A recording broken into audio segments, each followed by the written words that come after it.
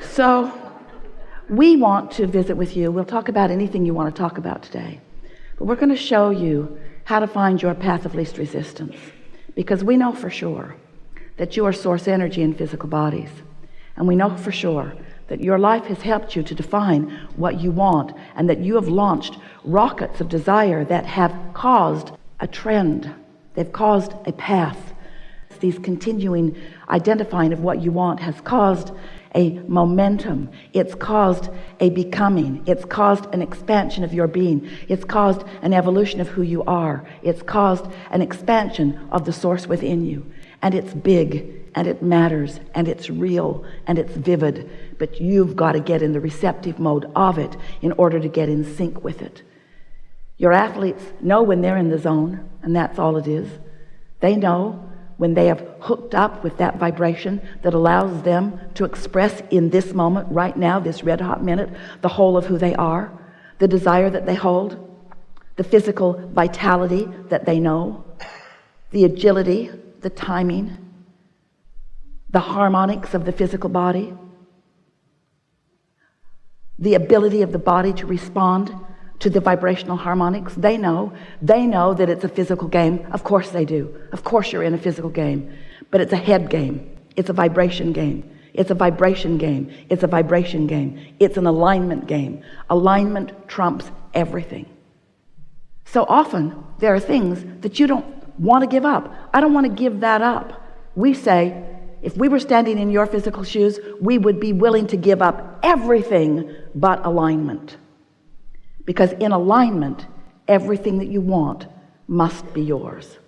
In alignment, you find the receptive mode. And when you find the receptive mode, then you are tuned in, tapped in, turned on. Then you're in the right place at the right time. Then amazing things happen, and the universe demonstrates to you over and over and over and over and over again how blessed you are, how loved you are, how aware of you we all are, you see. Until big things and small things that you would say don't amount to very much, demonstrate to you your constant worthiness. The other day, Esther was walking with a friend around the loop where she lives in Del Mar. And they're walking around the loop, and they came to this house, and it had a for sale sign on it. And Esther said, I know the people who were renting this house. Really cute young couple.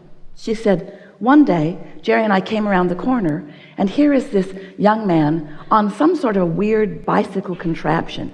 It didn't have normal pedals. It was like a different kind of pumping action. And he was pushing it up the hill rather than riding it up the hill. And Jerry said to him, pretty steep hill, isn't it? And he said, no, it's not that. My wife gave it to me for my birthday today. And they put it together in the shop, and then they had to disengage something in order to get it in her car. But she didn't realize that they disengaged something, and so I had no brakes. And Jerry and Esther said, oh. So they visited a little while, really enjoyed these really beautiful people, and off they went. That was about 5 years ago. So Esther has not seen them. She has not been there much. She has not seen them. She has not even thought about them in all of this time. Until this day, 2 days ago, she's walking with Julie around the loop, and they see this house is for sale. So Esther tells that story. Then they finish their walk, get in the car, go to Roberto's for lunch, and on the way is that kid on that machine in a whole other part of the town. Esther said, law of attraction is my freaky friend. And we said, alignment is your freaky friend. In other words, when you are tuned in, when your resistance is non-existent, then everything that is important to you, big or small, demonstrates itself to you, because everything is known about everything. And when you are emitting a vibration, you are sending out a signal that is calling something back. It's what law of attraction is. That which is likened to itself is drawn. So one might worry that, well, if law of attraction is on all things big and small, am I not going to be inundated by data? And we say, yes, you are. You are inundated by data all day, every day, that represents the balance of the vibration that you put out. Everything that you are feeling is an indicator of everything that you are thinking. So what is a thought anyway? We want you beautiful manifested beings sitting as clumps on these chairs.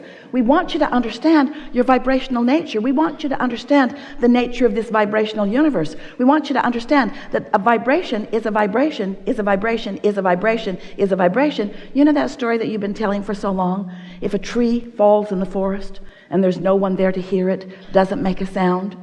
The answer is unequivocally no.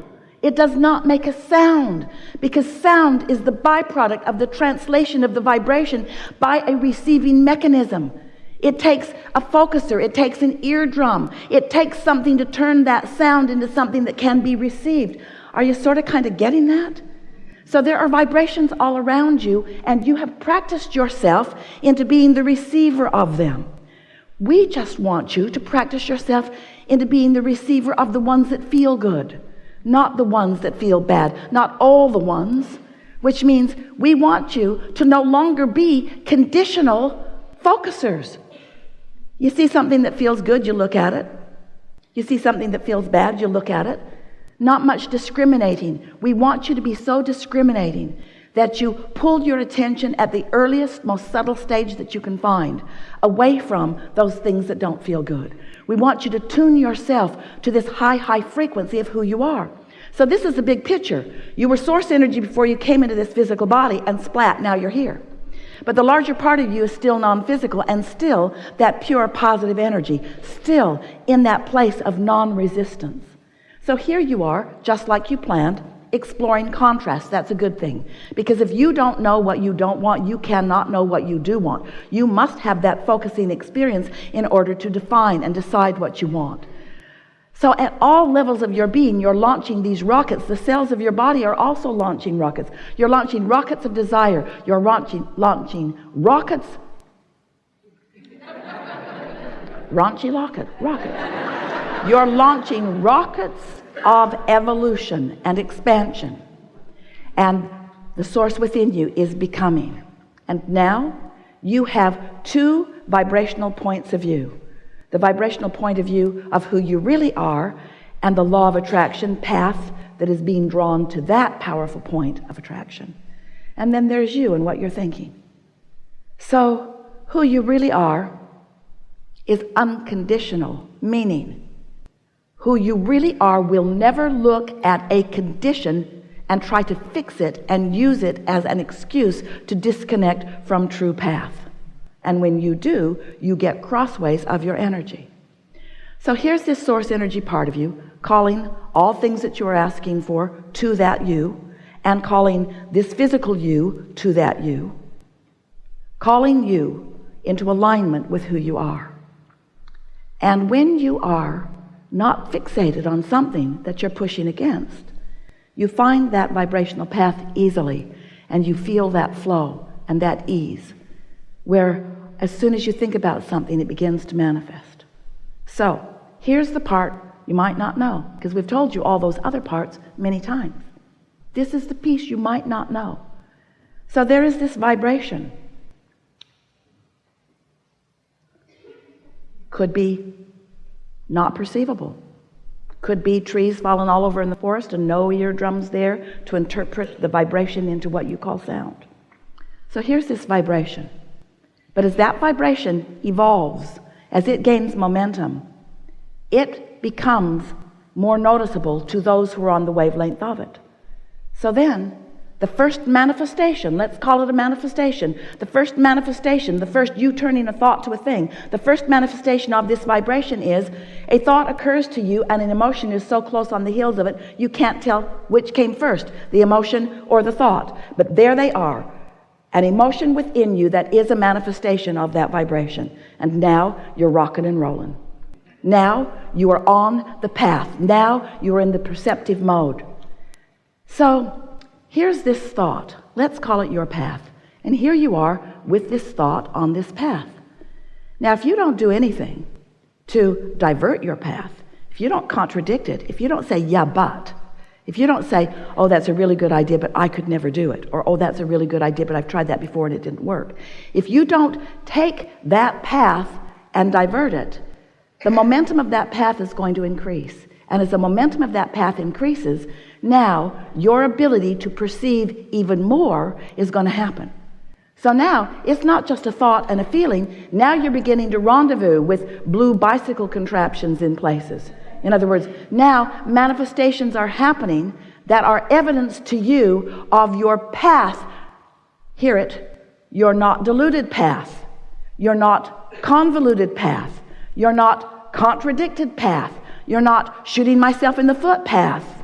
You're not defensive path. You're not justifying path. You're not rationalizing path. Just a pure thought that is not contested with a belief that you've practiced. So what are you going to do? You have a lot of beliefs. You have a lot of beliefs that do not serve you. And the reason we know that is because you have a lot of desires that have not manifested fully. They get to the idea phase and then you kill them with contradictory thought that doesn't feel good when you think it. It doesn't feel good when you think it. So what most of you do, even though it didn't feel good when you thought it, because you weren't seeking alignment with source, because you didn't understand all that it meant. You weren't seeking alignment with your own inner being or alignment with your own desires. You sought alignment with somebody else's opinion. And they have so many differing opinions. We don't know how. You just don't go out of your mind as you talk to so many people about so many things, as you convince yourselves why you can't do this and why you can't do this, or why they shouldn't do that and why they shouldn't do that. What we want you to understand is that if you could leave the peanut gallery out of everything that matters to you and not dilute or divert your path, that momentum from a vibration to a thought, to an idea, to an emotion, to a rendezvous, to full manifestation would happen with you all day, every day, on everything that matters to you, on everything that matters to you. And if it's not happening, it's for one reason and one reason only. You're introducing contradiction to your vibrational equation. And it's all right. Everybody does it. You just don't want to do it so much that you feel negative emotion about it. When you feel negative emotion about it, that's your clue to do something different. So, here's an example. So let's say that you have a very clear sense of how you want to feel today. So you go over to someone's house. Maybe you're related to them. And they're having a no good, very bad day. And so you sit in the middle of it and you listen to them squabbling and you watch a sort of escalation of it. Maybe they're children, maybe it's adults and children, a mixture of some sort of people in disagreement with each other about something. So now, if you have been following your path of least resistance for a while and you are tuned in, tapped in, turned on, now you are in a position where you can experience and live and feel the joyful experience of living unconditional love, because you are so in alignment with who you are. You've practiced it so well. Your vibration is so strong that even though this is going on, it's not ringing your bells. It's not hooking you in. You're not feeling any defensiveness. You don't feel like helping the victim in the scenario. You don't feel like piling on to the one that's being picked on. In other words, you are vibrationally aloof from it. There's no hook for you in this situation. So you can sit there, you can be there, you can be unconditional. Here's a condition that is happening that's making all of them nuts, and it's not making you nuts because you are in a different vibrational place. It's not threatening you. You don't feel defensive about it. You don't feel like you need to defend anybody else about it. You are tuned in, tapped in, turned on. You've been down that road so many times. You have found your place in it, and you're sitting there, and you may be the only one at that party having a good time, but you are, and what's going on doesn't matter. Or you haven't practiced your path of least resistance all that much. You're wobbly in your vibration. You know what you want, you know what you don't want, and all of it's sort of active. And so you sort of blunder into this experience and they're not getting along and you notice it and you're annoyed by it, and then you're trying to pick a side and you really think that was unnecessary. You really didn't need to say that. No, this is going to get a lot worse before it gets better.